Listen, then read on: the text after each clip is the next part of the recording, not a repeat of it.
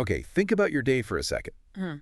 How much of it is just reacting, to emails, noise, things happening at you? Mhm. We often feel like we're just being pulled along, right? Like passengers. And we know you're looking for something more, a real shortcut to advancement, not just head knowledge, but foundational change. And that's exactly what we're digging into today. We're exploring some fascinating source material that lays out a method for, well, consciously creating your reality. It's called constructive thinking. Now, these sources, they're a bit different. They come from the teachings of Grandmaster WaXhira and this lineage called the Sacred Atlantean Brotherhood. Yeah. And look, let's just put it out there. Atlantean Brotherhood? It sounds pretty out there to a lot of people, maybe like pure fantasy. Sure, it can sound that way. But we're not really here to debate the history, are we? We're looking at the framework they provide. It's surprisingly structured, this system for self-mastery. Exactly. And what the sources emphasize is its pragmatic effectiveness. They frame constructive thinking less as a philosophy and more as a system, a process for spiritual evolution. WaXhira actually calls it the highest form of mental alchemy. Okay, mental alchemy. Let's unpack that. Alchemy makes you think of transformation, right? Turning lead into gold. So what's being transformed here, and how is this different from, say, just thinking positive? Ah, good question. That difference is really key. Positive thinking, a lot of the time, it's like trying to put a happy sticker over a deep-seated negative pattern. You're managing the symptom. Right, surface level. Exactly. Mm. Constructive thinking, this mental alchemy, it aims for the cause. WaXhira's teaching is about moving beyond just reacting, which is basically passive, and taking really conscious, disciplined control of your mental energy. To actually create the reality you want. Precisely. You're not just wishing for it, you are intentionally building it, thought by thought. That sounds intense. Yeah. Very active. The sources apparently contrast this with the drifting mind, the average person just drifting. Yeah, the drifter lets reality happen to them, shaped by the news, emotions, what other people think. But the constructive thinker, they make a deliberate choice. They aim their thoughts towards a specific outcome. It demands a lot then. Awareness, discipline, focus. Absolutely. And this is the core insight for you, the listener. Your thoughts aren't just random passing things. They are powerful forces, energetically potent. So if you treat them like they don't matter. You basically give away your power. Your life gets built by default, by accident. But if you see them as the blueprints they are, well, then you become the architect. Okay, this is where it gets really interesting. If this is so powerful, how does an ancient sort of esoteric group like this brotherhood actually teach it? They must offer more than just think better thoughts. Oh, they do. They provide a roadmap, a structured path with specific symbolic tools linked to different stages or degrees of mental refinement. Degrees, like levels of mastery. Kind of, yeah. It starts with the initiate degree. The first job is basically aligning your raw thought process, which might be all over the place, with what they call highest spiritual truths. And the first tools they give you, the ocean and the wave. Ocean and wave. Why the sea? If the goal is control, the ocean seems chaotic. It's deeply symbolic, actually. Think about it.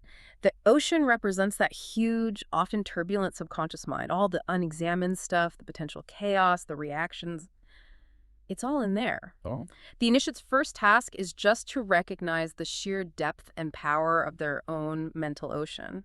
Then, the wave. That's the first intentional focused thought you manage to consciously launch from that deep water. Ah, so it's about directing the energy. Exactly. It's that first bit of conscious direction, turning the mind's powerful current towards something unified, something empowered, instead of just letting it crash around. That makes sense. You see the chaos of the ocean, and then you learn to create deliberate movement, the wave. Yeah. So as you get better at this, the tools change. You mentioned navigator and captain degrees. Precisely. You move from just acknowledging your inner world to actively navigating it. So the tools become things like the compass, the anchor, and the captain's wheel. Okay, so the compass, Yeah. that seems straightforward. Direction, purpose. Yeah, sustained direction, clarity of purpose. You stop just drifting. You start aiming towards something specific, an ideal you've defined. And the anchor, stability, I guess? Yeah. How does that fit with constructive thought? It's about emotional and mental stability. The constructive thinker needs to hold a goal, a high-level thought, steady, even when external stuff gets turbulent. Right, like not getting knocked off course by doubt or bad news. Exactly. It helps cultivate the rational mind, keep you stable. It represents sustaining a high-frequency thought pattern. And then finally, the captain's wheel. That represents, well, Command. Demand of yourself. Yes, but also understanding your role in the bigger picture, the greater cosmic order, as they put it. The ultimate aim isn't just personal gain, it's aligning your creative power with universal laws: love, peace, divine purpose. So this isn't just self-help for getting a better job, is it? It sounds like it's framed as a kind of responsibility. Very much so. And then that connects to something you mentioned earlier. The sources link this to ancient texts, specifically a quote from the Gospel of Thomas that sounds quite severe. Yes, saying a 50 from the Gospel of Thomas. WaXhira uses it to really underscore the danger of mental passivity. The quote is, "If you bring forth what is within you, what you have will save you. If you do not bring forth what is within you, what you do not bring forth what is within you, what you do not bring forth will destroy you." That's stark. What is within you here? Your potential. Your divine potential, yes, your inherent creative impulse. The source interprets that destruction as destruction by internal conflict. It's the consequence for the passive thinker. How so? Well, the mind creates. It has to create, according to this view. If you don't use constructive thinking to consciously bring forth your highest potential, that unused creative energy turns inward. And manifests as. Self-sabotage, anxiety, resentment, feeling like you're living the wrong life. That trapped potential literally becomes the destructive force within you. So living by default, just letting things happen, isn't neutral. In this framework, it's actually a choice towards self-destruction. That's the implication. Constructive thinking demands active engagement, clear choices about where your mental energy goes. There's no real middle ground. Okay, this is powerful stuff, but also demanding. So let's get practical. For someone listening right now wanting to shift from that default state, how do you even begin? Daily life is busy, minds wander. It starts with a radical awareness, really accepting that every single thought you entertain has energy, has potential, and maybe recognizing just how many limiting or negative or simply chaotic thoughts we let run on autopilot every day. Okay, let's play this out. Say I'm stuck in traffic. My immediate thought is, ugh, I'm going to be late, my boss will be mad, everything always goes wrong for me. Classic downward spiral. What do I do based on these teachings? Perfect example. That's the default ocean churning up a messy wave. Step 1, awareness. Just catch it. Recognize that anxious stream isn't reality, it's just a thought pattern, a limiting one. Okay, I notice it. Then what? Step 2, pause and question.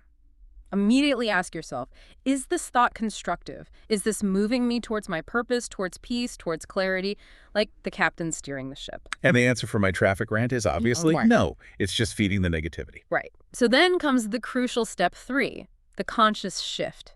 You deliberately replace that thought, not with fake positivity like traffic is wonderful, no, Right. but with a genuinely constructive thought aligned with your higher truth. Something like, okay, I am anchored in clarity right now. I'll use this unexpected quiet time to review my meeting notes mentally. Or maybe I choose peace regardless of this delay. My response is mine. Ah, I see. It's redirecting the energy into something useful, something aligned with who you want to be, rather than just letting it drain into worry. That's a big shift. It is, and it takes practice, which is why the sources also emphasize supporting practices. It's hard to constantly correct thoughts if your underlying mental state is just buzzing chaos. So things like meditation, stillness. Exactly. Silence, reflection.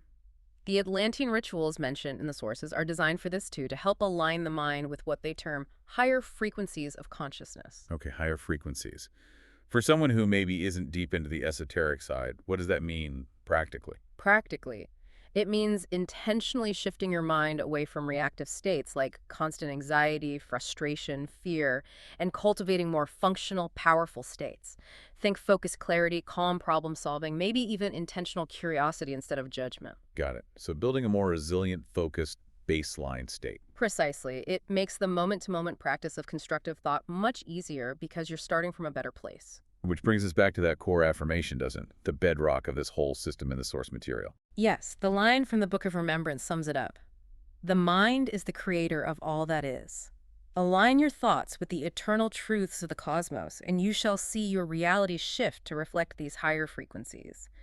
Mastery comes through constructing your thoughts. Okay, so wrapping up this deep dive. Constructive thinking, as presented by WaXhira and the Brotherhood, isn't just a technique. It's positioned as the absolute foundation for any real advancement, spiritual, personal, even manifestation.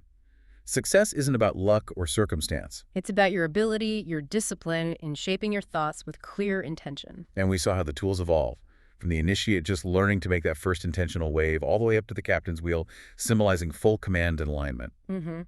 A whole journey of refinement. So if we take that core premise seriously, that the mind is the creator of everything, the final thought we want to leave you with is this. Are you consciously acting as the builder right now? Are you directing that incredible mental energy towards your highest purpose? Yeah. Or are you letting stray thoughts, unexamined beliefs build your life by default? What reality is your mind constructing right now?